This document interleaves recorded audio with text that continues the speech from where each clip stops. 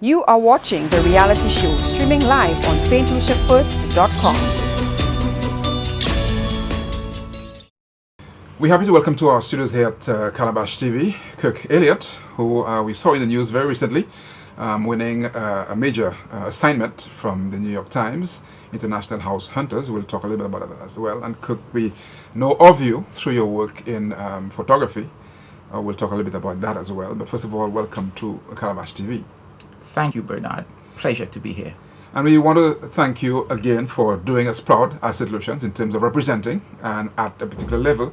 Obviously, we'll talk a little bit about photography, but we'll talk about some of the other things that photography introduces you to as well. And so we want to talk a little bit about the beginning, first of all. How do you get a start? In your case, how did you get a start in photo, well, at least photojournalism, but in photography? I started out in photography when I was about 12 years. I had an uncle who was home for Christmas. He had upgraded his camera and he gave me his old Kodak instant camera. And it was real fun going out and shooting pictures, but also it was quite expensive. I mean, the days of instant film, you couldn't get it locally, so you had to order it and all that went into that. So to fund my passion, I would go to school and especially at sports events, shoot pictures for my friends. And needless to say, it was $5 a pop.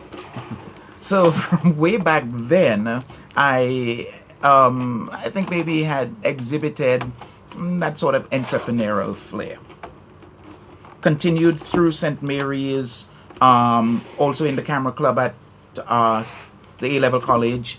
And then when I went off to study at Mona, I also joined the camera club there. And I should say that that's really where I honed a lot of my skills in terms of photography. All right. Now, at the time, was it something that you had, thought of before? Sometimes, you see somebody who's doing it and you said, oh, I'd like to be like that person and so on. Did you have those kind of mentors when you're getting into it? Initially, no.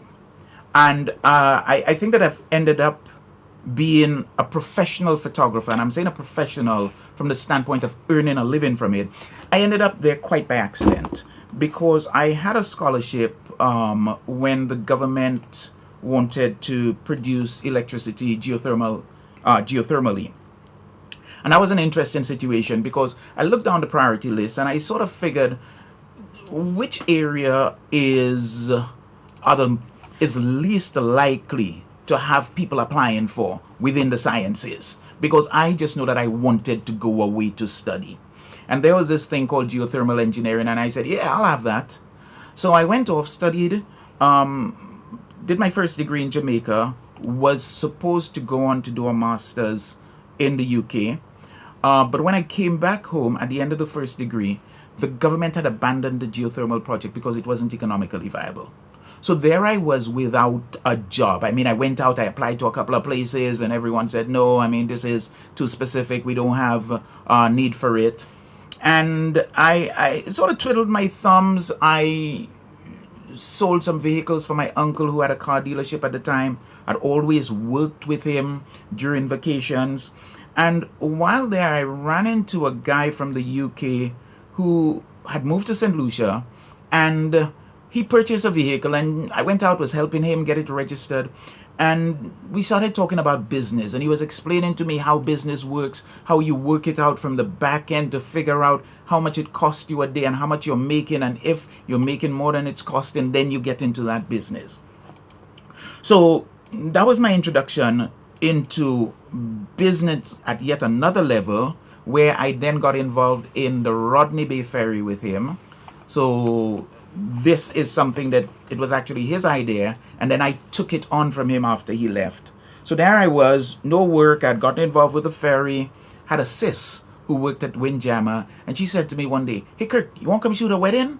And interesting thing is, it never crossed my mind that I could have messed up this wedding. I mean, I'd never shot a wedding before, and I just said, yeah, come do it.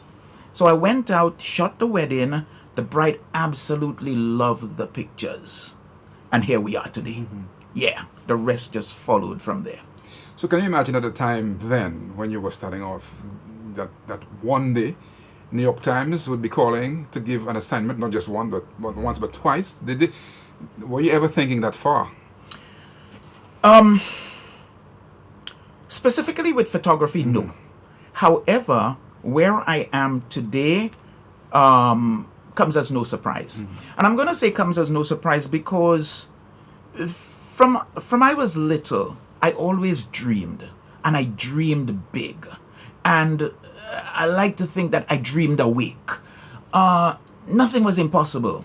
And my formative years in St. Lucia was spent with my grandmother. And my grandmother was really instrumental in instilling that sense of self-worth, that sense of if you want it, you can achieve it, but you must work for it. And so I suppose that's where part of the drive comes in as well, from parents and mentors and so on. Correct. All right, so we're at the point now, and we'll get back, we'll go back and forth a little bit, but we're at the point now where you get this call for this assignment. Right. First of all, talk to us about that. Do you get nervous when you get those things, or it's so much part of you that it's almost natural, unexpected? No, I don't get nervous because the call from New York Times was no big deal. I had been contacted soon after I came back from UWI, which was 1991. I remember going out and doing a shoot for Newsweek when they were covering bananas. This was, I think, the time when St. Lucia was starting to lose its impact with bananas. And I can't even remember how I got contacted by Newsweek, you know. So I went out and I shot stuff. I remember when, again, in those early days, meeting someone who, I'll never forget, this guy had a camera. He was staying at Windjammer. And I remember going up to reception, seeing him with this fancy camera and going, hey, a fellow tradesman. And from there, we had an interaction, and he sent me out to Grenada to do a shoot, you know, and then I flew to Miami and brought him the pictures, had pictures in magazines. So what happened with the New York Times has just been a progression of things that I've experienced. Excellent. Now, give us an idea. We know that one got you the assignment through your work in real estate and so on. Is there a particular time? I know you do quite a bit of weddings as well. Probably that's where your area of specialization and so on. But actually used to do quite a bit of weddings, but that's another story. Yes, I suppose we'll have a conversation on later on. Yeah. But in terms of that particular assignment, have you been specializing now in real estate photography? I wouldn't say that I've been specializing in real estate photography. However, what I will say is that I have the ability to deliver. There are certain key elements that one must understand when it comes to covering real estate. Some of it has to do with equipment and some of it has to do with angles. I have had the good fortune of working with a lot of international photographers. In a lot of instances, traveling out to the US a lot, but also within the Caribbean when there have been workshops. If I see something interesting, I jump on a plane and I go.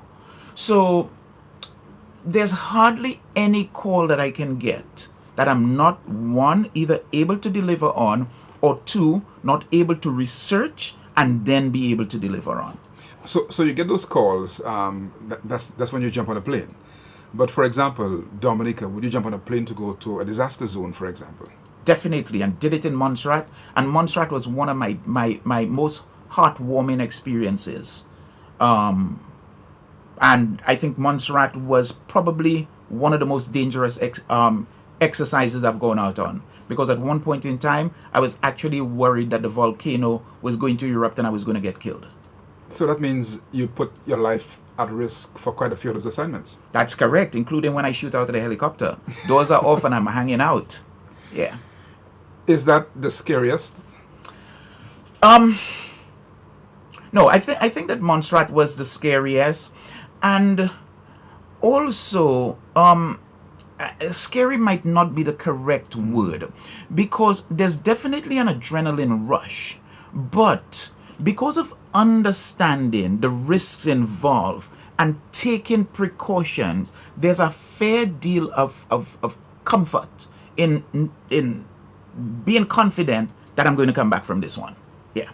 So it's calculated risk. You know what basically you're doing. Agreed. All right, excellent. Now, in terms of the disaster zone area, when you go to those areas, are you looking, because I know there's humanity involved, there's also the environmental issues involved. Is there anything specifically looking for, or you just, as you go along, you go with the flow? Anytime if I cover a disaster, I'm thinking back to Montserrat, and anything else I cover, I always love to cover it, one, from the resilience of mankind, and two, of telling a positive story. I can think when I covered Montserrat. I mean, Montserrat was a while back. The guest house where I stayed, there was a gentleman there who owned a haberdashery downtown in Plymouth. This man had lost everything, but he had such a sense of humor. I remember going down, and when I came back and I said, "Hey, Mr. Eid, we went down and we went into Plymouth and I saw your store." And he goes, "Did you find a safe?" And I go, "What safe?" And he goes, "The safe with the $2 million. Here is a man who had lost everything, was diabetic, could hardly move, what's not, but had such a sense of humor. Those are the stories that I strive to tell with my photography. This is The Reality Show on Calabash TV.